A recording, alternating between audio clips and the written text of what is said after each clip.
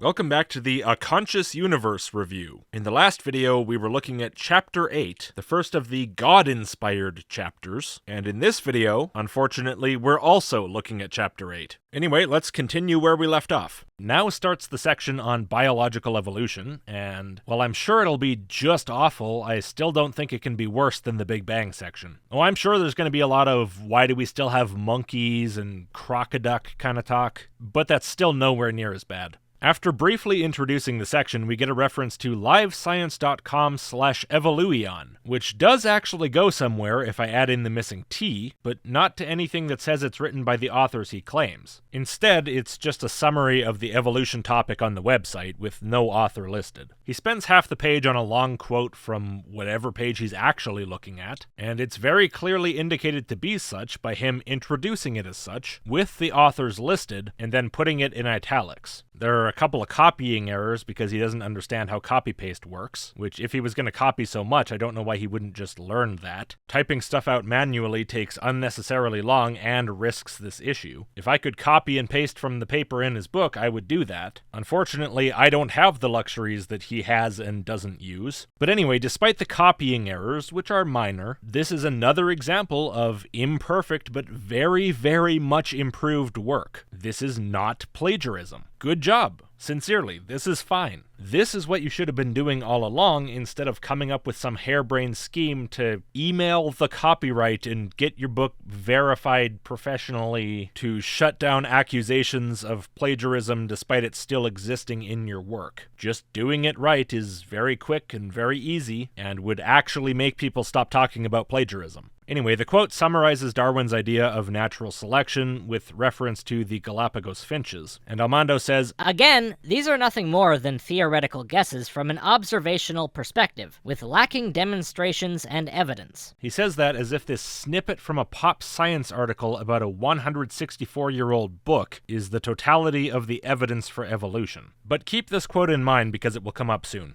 To prove evolution wrong, we don't need to get into complicated equations or lab experiments, which could definitely disprove evolution in an instant. Really? Okay. Which equation? Which lab experiment? It's too bad you say you're not getting into that because that claim is far more interesting than anything you actually talk about. Using simple logic, absolute morality, and uniformity, we can easily demonstrate why evolution fails. Okay, morality, absolute or otherwise, has so little to do with the evidence for evolution that I highly doubt it can falsify it. As for logic and uniformity, at least those have some relevance, so you have my curiosity. He cites a resource, answersingenesis.org, and I'm having trouble finding what he actually copied from AIG, and so it's possible that he's actually just using this as a resource and writing things out in his own words based on the information on that website, which, if so, is just incredible. I don't know if he's ever done that before. He says that you have different body parts because genes produce the specific codes for it, which, for this book, close enough.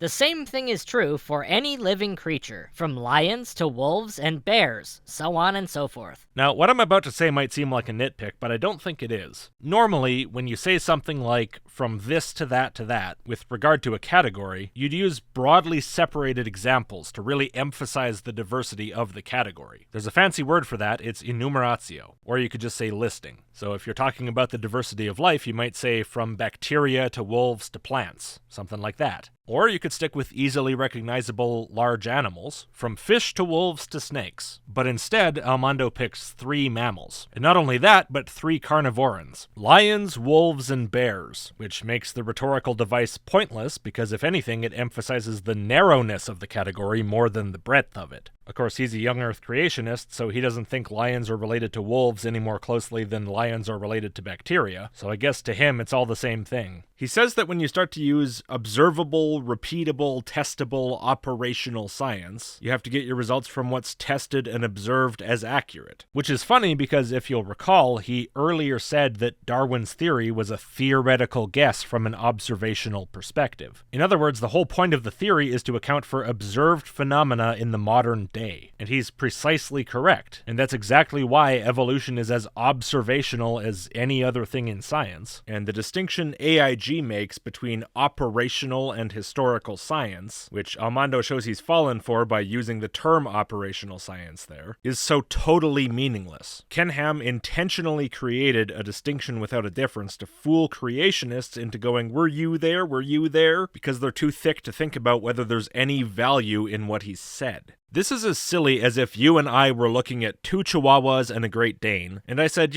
probably those two Chihuahuas are more closely related to each other than either of them is to the Great Dane. And you responded with, you don't know that. Were you there when they were conceived? How do you know they're even related to the Great Dane at all? Or to each other? Were you there for the entire history of dogs? No, but based on everything I observe, that seems far more likely than the alternative. I don't need to have been there to draw the obvious conclusion about what my observations show about what happened there. I'm observing just like I would in any other kind of science. Anyway, let's just look again quickly at what he said there. Evolution is not, quote, repeatable, testable, operational science, because we've, quote, never observed, repeated, or been able to test an animal of one kind turning into an animal of another kind, which is an understanding of science and evolution so simplistic and limited that it's puzzling how anyone even remotely interested in the topic could possibly accept it. But of course, this is Almando, he's not interested. He's too busy writing a book about his ultimate knowledge of everything to actually bother getting any. And then he asks about apes and men. Because apes have not been proven as genetically related ancestral species to humankind, there is no saying that they are even close to being equal to human beings. Which is bizarre enough in its rejection of the very possibility of inference from genome similarities, but even more so in its apparent denial that the genomes of humans and other apes have ever been compared. Of course they have, and the results are that genomes of, for example, chimpanzees are remarkably close to equal to the genomes of human beings. Closer, in fact, than any other living animal. Of course, this doesn't confirm that modern apes are ancestral to humans. Nobody says it does, and nobody says they are. That's a very typical creationist misunderstanding. But they are close to equal, genetically.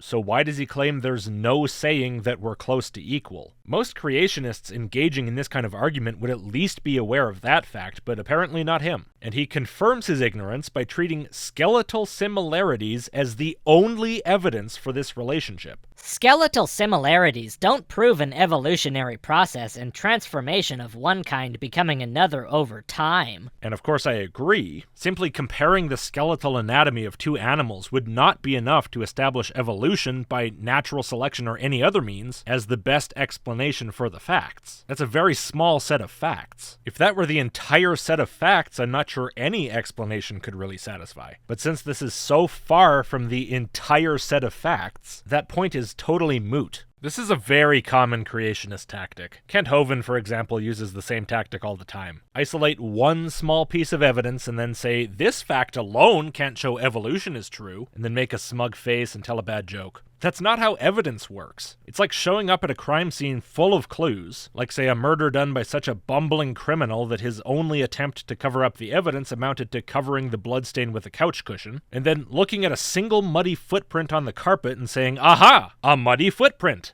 Well, this footprint in isolation proves nothing, it's just a footprint, so our job's done here. No, what's interesting is not one single thing in isolation. It's how everything together interacts. One piece of evidence might be contextualized or cross-confirmed by multiple others. Put them all together, understand the implications of them being the way they are together, and try to come up with an explanation that takes all of them and their relationships to each other into account. Now, in the case of the crime scene, the most plausible interpretation of the evidence, with the fewest assumptions, points right to the explanation that Bozo did it. And in the case of this planet, in exactly the same way, all the evidence relating to biological life, including tangentially, such as how rocks are formed over fossils or how land masses move, points at the explanation that evolution did it. Could the explanation be something else even with this set of evidence? Yeah, technically it could. Maybe Bozo was really framed for the murder by space aliens, and the fact that everything points to him is just a red herring. But would you want to be arguing that case in court? And likewise, sure, maybe God just made everything about life and its remnants look like it evolved, to play some big prank on us. But again, would you really want to argue that case? Well, yeah, I guess you would. You're arguing it now. But I think a large part of that is the fact that you have no idea what the evidence is, or really what explanation is actually being proposed for it. And I think that if you spent some time actually figuring out what the evidence is, and how it links together, and what conclusions people have come to about that, and why, and rather than relying on one vague phrase about one tiny piece of evidence at a time, like skeletal similarities, you'd feel a lot less confident in dismissing this idea and arguing the contrary. Why haven't we witnessed an adaptive process take place with apes today? Why are monkeys still monkeys? Why are cats still cats? Why are apes still apes? Why are humans still human? Even those who have identified themselves as tigers and dogs. I did not expect an otherkin reference in the evolution section. It's not relevant at all, but it made me laugh, so good job. Hey, maybe this is what you meant about the dogs and the lions having the jobs and weddings. Anyway, you're asking the question that shows that you have no clue what the topic even is. You cited Answers in Genesis as a resource, and you'll notice that they tend not to ask this. In fact, here's an AIG article on that very subject, which at the top says what I've just said, that asking this question shows that you have no idea what your opponents even say, and at the bottom outright says Christians should not use this argument. So you supposedly used their website as a reference for this section, but you don't appear to have understood their position. And these are the people that you agree with. So how can you have any hope of understanding the positions of people you don't already agree with? The people that we know from experience you won't even listen to. By which I do not mean won't agree with. I literally mean won't listen to. Like you won't allow your computer to interpret their audio data to motivate your speakers and make airwaves that go into your ears. You don't even let them comment on your videos. You spend all your time arguing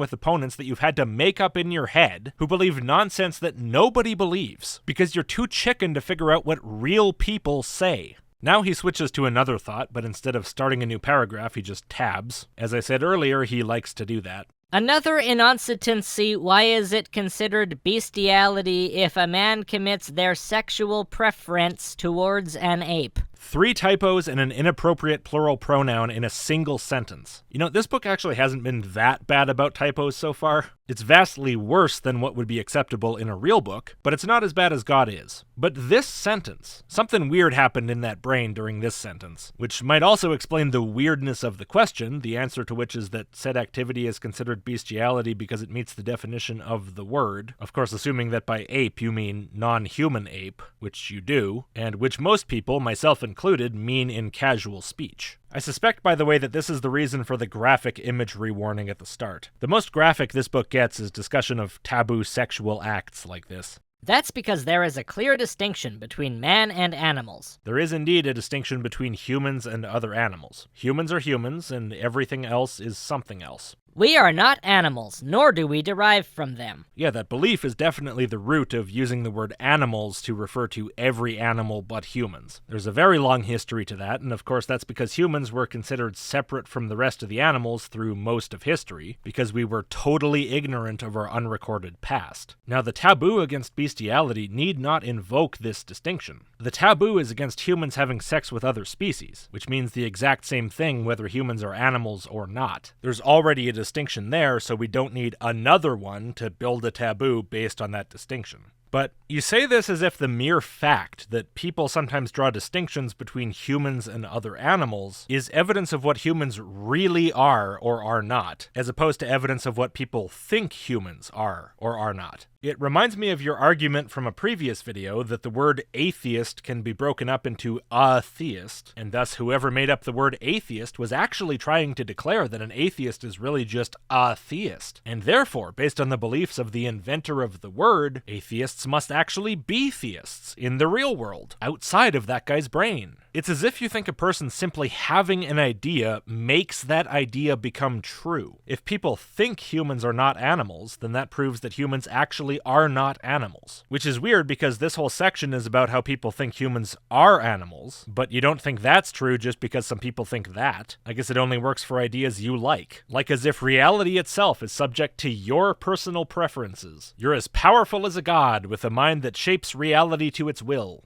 One incredible detail about the process of evolution is that during the process it seems to have a sort of direct mission to engage in a systematic procedure to perform a transformation of adaptation to a specific environment. No, that's exactly what it doesn't have. The whole point is that it doesn't have that, which again shows that you have no clue what your opponents are talking about. Of course, then Almando proceeds to take this completely incorrect characterization of evolution as implying intelligent design, and well, sure, if you ignore everything about evolution and describe it as intelligent design instead, then it seems like intelligent design. What a revelation! The evolution section ends with a brief discussion of morality. If evolution is an accurate theory, then morality is also a part of that process. In some instances, murder and rape can be a natural, normal, and beneficial thing for a particular person, and their actions are not objectively wrong due to the ongoing process of genetic mutation causing that person to act in a way that only reflects the operation of what going on in their brain's effort to adapt accordingly to their own environmental survival. Alright, so that comes off a little bit word salady because of the missing words and weird usage, but basically, I think the idea is that actions that we consider immoral can sometimes benefit an individual human, and that negative behaviors can be driven in part by biology. I think. That's one way to interpret it that makes some sense, anyway. And if that's what he means, then of course that's true. It's not entirely true, because a person's attitude towards these behaviors is likely to be more influenced by culture than by biology at this point. I would say that if any sort of evolution is most responsible for the details of modern human morality, it's not biological evolution, it's cultural evolution. But still, our primal biological urges, some of which could be harmful to others or to ourselves if acted upon, do have some influence. Now, of course, negative urges are not the only examples of those urges. Positive examples are the urges to cooperate and to protect others, and to deal with those who threaten the safety of the tribe or the people within it, which interestingly can become a negative urge if it's applied incautiously. Put it that way. See, for example, the European witch trials. These urges, among others, are likely the basis of the broad strokes of our moral ideas, the basic set of feelings and instincts that sets the boundaries of cultural moral evolution. Nurture builds on nature, if you like, although on a long scale, nature builds back on top of that. It's a bit of a feedback loop. This would be a violation to interfere with another person's evolutionary journey. What kind of religious crap is that? And if you knew the first thing about evolution, you'd know that individuals don't evolve. So no individual is on some evolutionary journey. But journey smacks of spiritual journey or some garbage like that. Look, if some guy's going around raping and murdering, the only journey I'm interested in seeing him take is the one to the gallows. If he starts rambling about how I'm violating his journey, I'll violate his face with my fist. Maybe that's my evolutionary journey, so he'd be rude to violate it by questioning it, right? Just because your process of evolution conflicts with the other person's does not make your worldview more correct than the other person's. According to who? Who am I supposed to defer to for judgment on whether my worldview's correct? Whose worldview takes precedence over mine? Realities? Gods? Great, well I didn't ask them. I'll defer to reality on questions of fact about reality. But this is not that. This is not about objective correctness or the subjective standard of some outsider. This is human business. This is about humans having to live together in a society. It's about us getting along or not getting along. And if some outsider like a god comes along to lecture the participants are quite within their rights to tell that outsider to mind its own business. All of these conflicting human motives and priorities and urges and actions are ours to sort out, one situation at a time, and we do it constantly. Of course, we should take the facts of each situation into account, but once we understand what the situation is, our attitude towards it is ours, and no one else's. What I just said about that guy's abrupt little special journey is an example of sorting out that type of conflict, with a rope. Now, of course, if you'd chosen a less extreme example, I would have chosen a less extreme example of sorting it out. Normally, we negotiate moral differences by talking it out, in some form or another. Most of the time, not just today, but in most times and most places, human differences from day to day don't escalate to violence. Because most of the time, people don't really like to go to that extreme.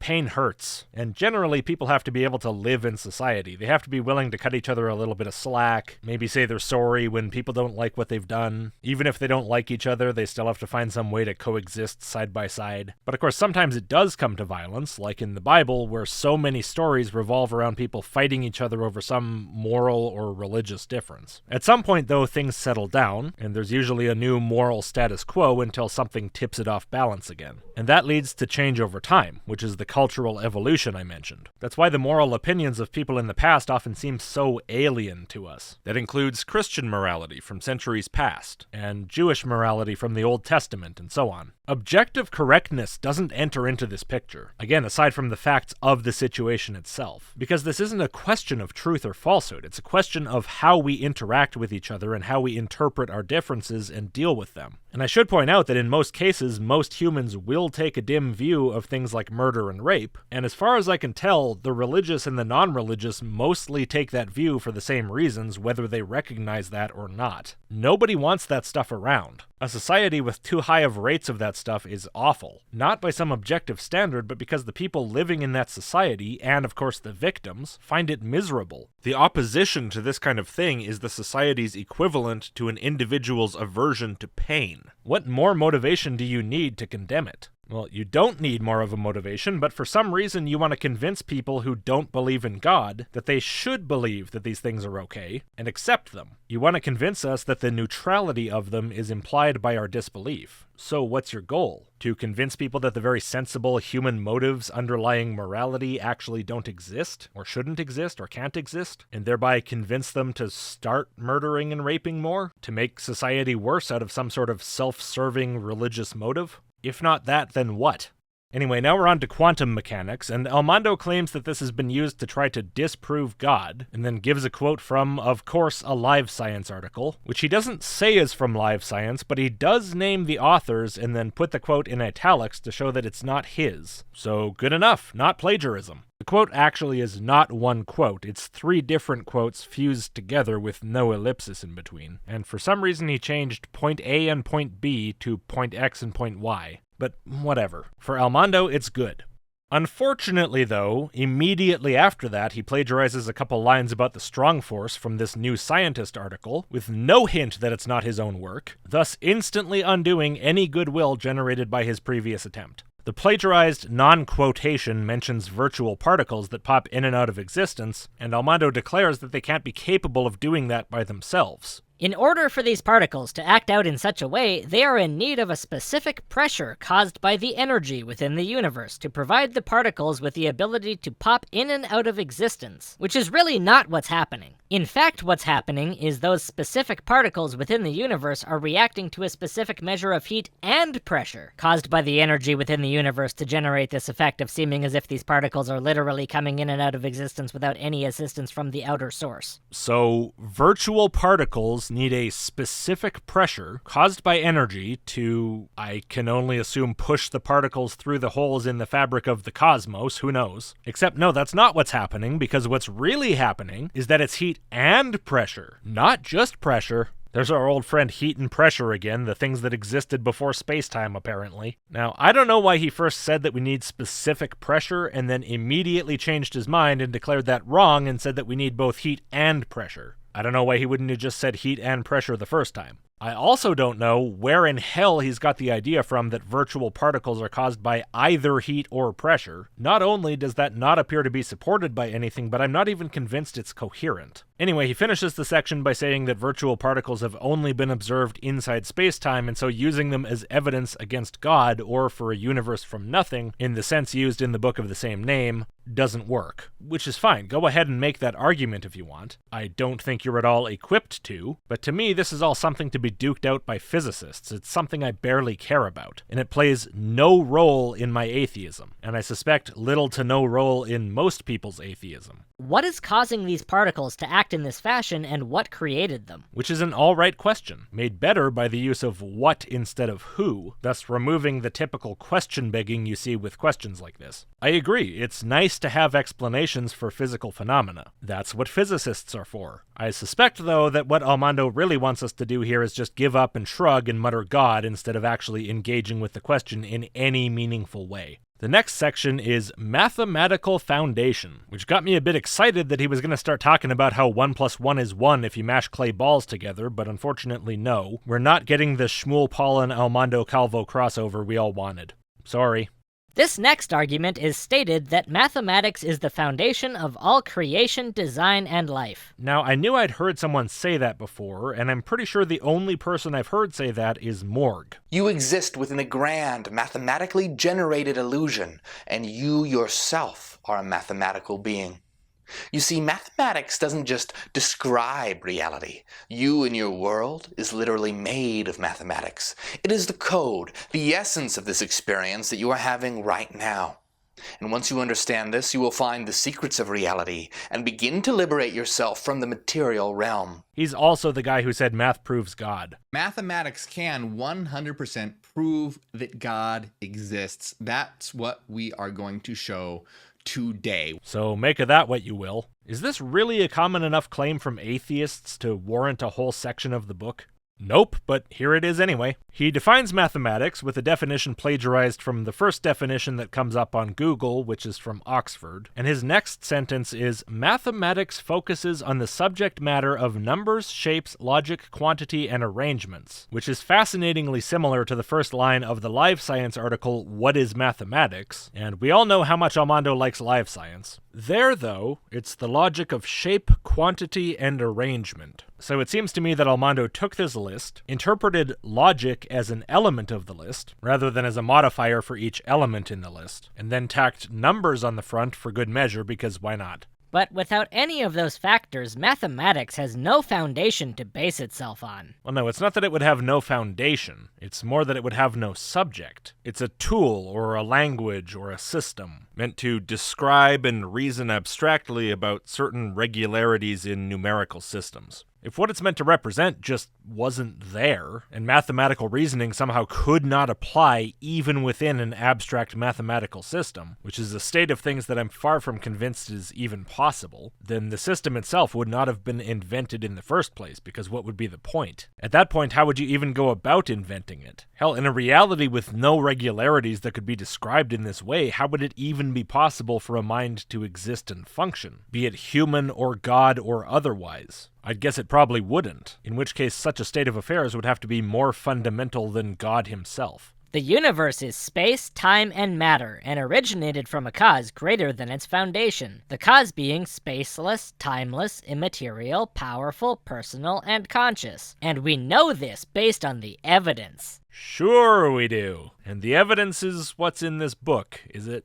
If mathematics is dependent on space, time, and matter, then mathematics cannot be the foundation of the entire existence of the universe. Okay, sure. I don't think it really is dependent on space-time or on matter. I think it can describe certain features of those things. I don't think it's dependent on them, except again for the fact that the minds that invented it are dependent on them. But if there's some meaningful sense in which something can exist beyond space-time, then I don't see why mathematics could not describe space-time or really anything else from beyond space-time. You wouldn't be able to do math, because doing something requires time, and you wouldn't be able to write it down, because that requires space and matter. And as I said, I strongly question if a mind can exist without space-time or matter to even think about the math. That applies just as much to God's mind as to any other mind. Every single mind we've ever observed seems very dependent on space, time, and matter for all of its functions. I think it's a reasonable inference, at least for the moment, that that's a requirement for a mind. What would it even mean to think without time, for example? But the possibility of achieving mathematical calculation beyond the universe is not really the point. I just think that if somehow it could be achieved, assuming that, it's very plausible that there could still be true and false answers, especially since really math depends on abstract systems and not physical reality itself. But I don't know why I bothered saying any of that, because your question's pointless, because I'd guess that none of the atheists reading your book will be of the opinion that math is the foundation of the universe's existence. Mathematics is only achievable if space, time, and matter exists. Without space, time, or matter, mathematics is impossible. Okay, which would mean that prior to creating the universe, God wasn't even able to add 1 and 1 together. Oh, but right, according to lots of Christians, and probably Almando himself, God exists outside of time, and therefore exists before, after, and during the universe all at once. And so for him, there was no prior to creating the universe, in which case I guess God still couldn't do math relating to, say, himself, but he could maybe calculate things about the space and time and matter of the universe. Except that does call into question what it means for the universe to exist or not exist at all, if before its existence and after its existence and during its existence are all observable simultaneously from the same timeless external reference point. In that case, the universe never didn't exist. There's only one timeless now in which it does exist, and there's no other time in which it does not exist. The beginning and the end are just features of its structure. Beginning and ending mean nothing beyond itself, because beyond itself, the beginning and the end are just different parts of the same object, but they don't exist at different times. Not from this external perspective. These are nothing more than boundaries of the universe, observable features, but not events. Not something that happened, because happening requires the passage of time, and in the timeless, spaceless void, this is impossible by definition. From within this universe, things might be perceived to happen, but nothing has ever happened to it from an external source, because outside, nothing happens. So God can't meaningfully be said to have created the universe, because that would require him to have been there before it, in this realm where before means nothing. The universe has existed for as long as God. Is that all time, or no time at all? Perhaps the only true age of these two entities is not applicable, or null, or undefined, indefinable. In which case, the God starts to feel very tacked on, being just a thing that simply exists alongside or overlapping with the universe, causing nothing, doing nothing, including thinking, or math. Well, in that case, he still couldn't add 1 and 1 together. God a dummy. Then he says God had to make math possible, basically just because it wouldn't be, quote, possible to produce any type of logical format otherwise, which I guess we're supposed to believe just because he said so, and then we're on to the next section. It's called We Just Don't Know! This is probably my favorite argument out of these, which is why I saved it for last. Last? Oh, thank you, Jesus! The skeptics who just claim that nobody knows anything is for sure. What?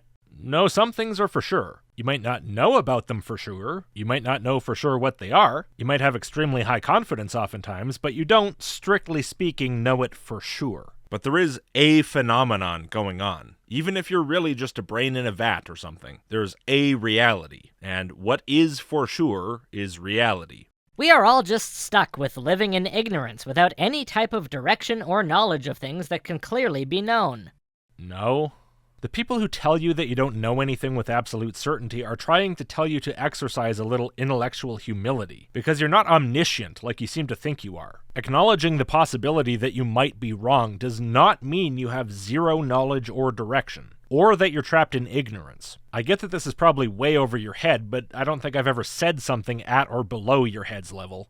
This is a great tactic to use if you are either scared, ignorant, uneducated, arrogant, or a simple troll. Or just someone who doesn't think he's got perfect, unlimited, unquestionable knowledge. It's amazing to me how often Christians will assert absolute certainty, apparently not noticing that this is tantamount to an assertion of their own all-knowingness, at least within the domains of explanations for the universe, or alternate explanations for their belief and feeling of confidence, and so on. They'll sometimes claim that they're not claiming this knowledge. No, it's God that has it, and he told them. But the problem is this again requires them, not God, to have absolute knowledge of God's existence, and for the explanation for their feeling that they were told this, and who told them this, and so on. This person claims implicitly to possess in himself godlike absolute knowledge of many things, and then often enough will have the gall to preach humility. If you simply said, I am so confident in my belief that I consider the possibility of my being wrong negligible, that would not be the same thing.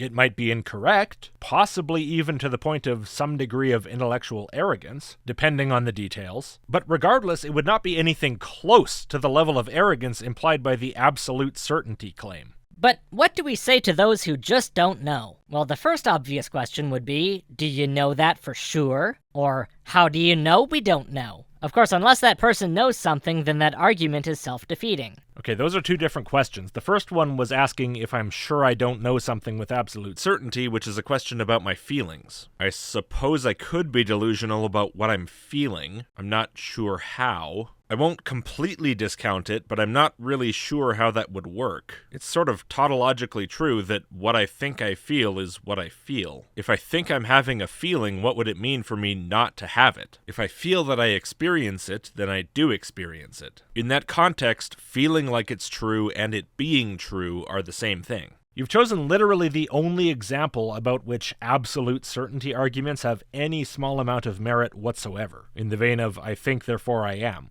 But we're not talking about how well your feelings about your mental state accord with your actual mental state. We're talking about the reasonableness or lack thereof of your feeling of absolute godlike total knowledge about external reality, the reality beyond your mind. That's a major distinction that you've just ignored. The second question was about whether we, presumably referring to Christians, don't know. Don't know what? That God exists? Maybe you do. I don't think you do, but maybe you do. If I'm wrong, and God actually does exist, and you have a justified belief in it, then you know it. I don't think that's the case, but it's possible. That is in no way relevant to whether absolute certainty, the for sure that people tack onto I know it, is a justified assertion. I assert that I know things. Many of them I likely do know. Others I probably think I know but don't really know, because I'm wrong. What I think there is to know actually isn't there to know. Knowledge is just a subcategory of belief. When you say I know, that's really just saying I believe I'm well justified in my belief and that reality agrees with my belief. It's another statement of belief with implied confidence in its justification and truth. That's very, very different from saying I cannot possibly be wrong under any circumstances. If you say something like that, then okay, says you, but I have very high confidence that you're just being an arrogant, silly person.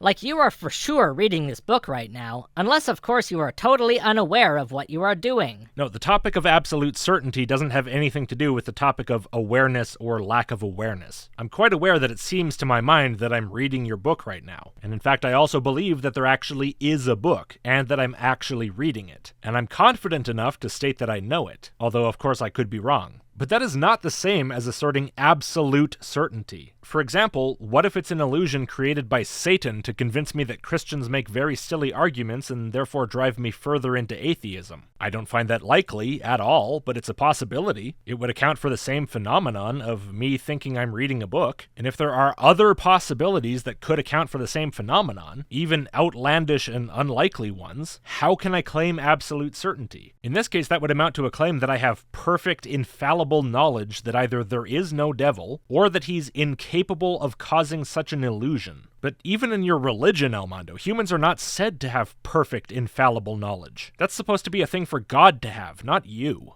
And yet you claim it. You insist upon it, by claiming that your knowledge is certain. This argument normally rises when the person who blurts this out is in complete defeat and has no more to give than what they already gave. No, this argument normally rises when you're getting called out for your insane level of intellectual arrogance, and you're so stuck up your own ass that you can't even comprehend that point. This is because they are not confident enough with their own beliefs. If they are not sure, then nobody can be sure. But are they sure that nobody can be sure? Well, certainty and confidence are just feelings, no more and no less. These have no relevance to what you actually do or don't know. Certainty is just the term for you thinking that you can't possibly be wrong no matter what. So all that's required for you to be certain is for you to be a being with beliefs and feelings about those beliefs. Now, you could be a mindless NPC. You could be a philosophical zombie who simply provides outputs that sound like what a real person with a mind would say, and yet you don't actually have a mind. Well, okay, you could be that if your outputs actually sounded like you had a mind, but I'm quite well convinced that you're a real person, Almando, and that you have beliefs, and that you have feelings about those beliefs. So I have high confidence that you do have positions and feel sure about them. I'm also very confident that your positions are wrong, and that your sureness is irrational and ill-advised. But that being said, no, I don't have certainty about any of that. Just very strong confidence. I could be arguing with an AI right now. I don't know why anyone would make an AI this dumb, but what do I know? Everything we know comes from perspective, observation, experiment, experience, and so on. Oh, so everything we know comes from sense experience. Alright, that makes you sound like an empiricist. Except that throughout this book, you try to convince us to believe things for reasons that really don't fall into this category. So you don't seem to make a very good empiricist. And in fact, I don't really think you are one, not to this degree. I have to assume that this is an incomplete list, using a very small and specific subset to represent the entire set, similar to your lions, wolves, and bears list to represent animals. And so most of the ways of knowing that you prefer to engage in are hidden behind that and so on. But as for the ones you did list, these are all things you could be wrong about. You can have a skewed perspective, a flawed observation, a faulty experiment, a misleading experience. And as a result, there's only one reason to allow yourself that feeling of absolute certainty based on them: if you like being wrong a lot. If it turns out you were wrong the first time, you'll refuse to change your mind because you're absolutely certain now, and thus cannot be wrong. And so why would you change your mind? You're absolutely certain. What difference does new information make? And so you'll just stay wrong and feel right. So your entire list supports my position, not yours.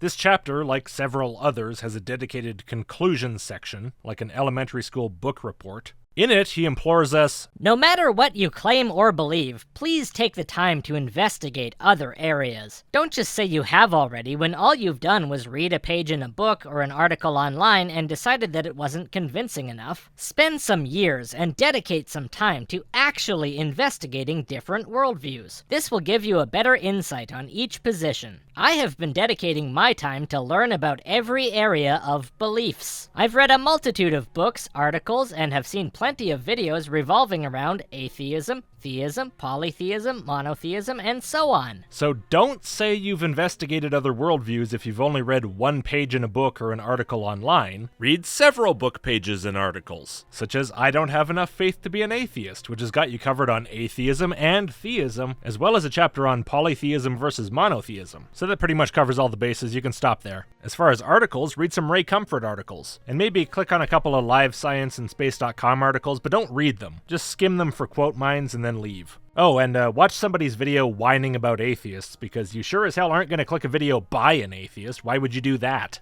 And after all this, you'll be a deeply knowledgeable expert like Almando, who's just got done describing supposedly atheistic beliefs like the Big Bang and evolution so poorly that not only does it display zero, or somehow less than zero, comprehension of these ideas, but the whole chapter reads like the yammerings of someone in the midst of a stroke. But then again, you said God inspired this, so maybe it's not your fault. Maybe you really are the world's greatest expert on cosmology, biology, and atheist opinions, but God's watching over your shoulder, telling you to write nonsense, and you just have to go along with it. What else can you do? Yeah, that must be it. Well, that God guy who wrote this chapter is a real pinhead, eh?